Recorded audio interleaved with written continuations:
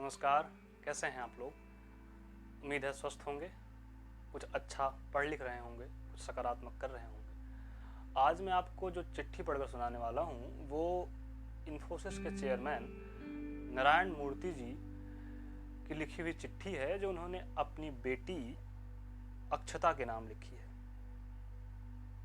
यह चिट्ठी कई मायनों में खास है। बहुत ज़्यादा बात नहीं करूँगा, इसको आप खुद सुनिए और समझिए। प्रिय बेटी अक्षता, पिता बनकर मैं इतना बदल जाऊंगा यह मैंने नहीं सोचा था।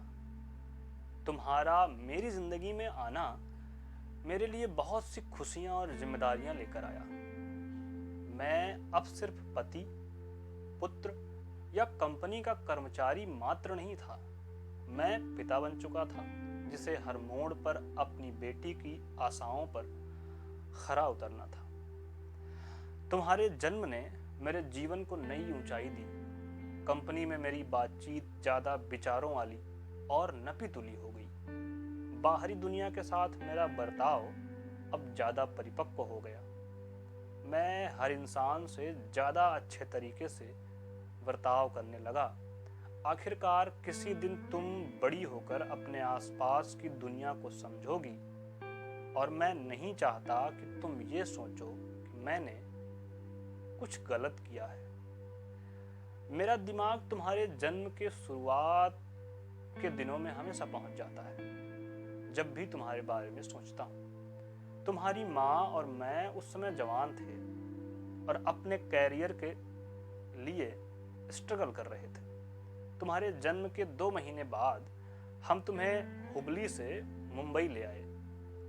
जल्द ही हमें यह समझ आ गया कि बच्चे को बड़ा करना और कैरियर में साथ चलना बहुत मुश्किल काम है। इसीलिए हमने तय किया कि तुम अपने जीवन के शुरुआती साल हुबली में दादा दादी के साथ बिताओगी।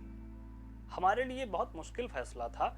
हर वीकेंड पर मैं बेलगाम तक हवाई जहाज से आता था और फिर वहां से हुबली के लिए कार किराए पर लेता था। इसमें बहुत से पैसे खर्च होते थे, लेकिन मैं तुम्हें देखे बिना रह नहीं सकता था। मुझे हमेशा यह पूछा जाता कि मेरे बच्चों को मैंने क्या संस्कार दिए। मैं उनको कहता हूं कि ये जिम्मेदारी मैंने तुम्हारी माँ के कंधों पर डाल रखी थी।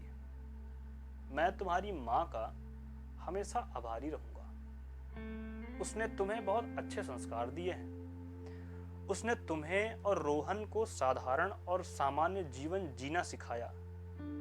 एक बार बेंगलुरु में जब तुम्हें एक स्कूल ड्रामा के लिए चुना गया, तब तुम्हें एक विशेष ड्रेस पहननी थी। वो समय 80 के मध्य का था। इन्फोसिस का ऑपरेशन शुरू ही हुआ था। हमारे पास इस तरह की चीजों पर खर्च करने के लिए पैसे नहीं थे। तुम्हारी माँ ने समझाया कि हम ऐसा ड्रेस नहीं खरीद सकते, इसीलिए तुम ड्रामा में भाग नहीं ले सकती। बहुत बाद में तुमने मुझे बताया था कि तुम्हें यह घटना समझ नहीं आई कभी। मुझे याद है कि जब मैं तुम्हारी माँ से तुम लोगों को स्कूल भेजने को लेकर डिस्कस करता था और कहता था कि मेरा चाहना है कि तुम्हें और रोहन को कार से स्कूल भेजने की व्यवस्था कर दी जाए। तब हमारे पास पैसे भी बहुत थे, लेकिन तुम्हारी माँ ने कहा नहीं, तुम लोगों को अपने क्लासमेट्स के साथ ऑटो रिक्शा से ही स्कूल जाना चाहिए। तुमने तो उस दौरान रिक्शा अंकल और अन्य लोगों से अच्छी दोस्ती भी बना ली थी। तुम अक्सर कहती थी कि हमारे घर में टीवी क्यों नहीं है, जबकि अन्य दोस्तों के घर में टीवियां थीं। तुम्हारी माँ ने शुरुआत में फैसला किया था कि घर में टीवी नहीं होने चाहिए, ताकि बच्चों को पढ़ने, डिस्कशन करने और दोस्तों से मुलाकात करने के लिए वक्त मिले। उनका कहना था कि घर में ऐसा माहौल होना चाहिए जिससे बच्चों को पढ़ाई में मदद मिल सके। Take care my child. आपका प्यारा अप्पा।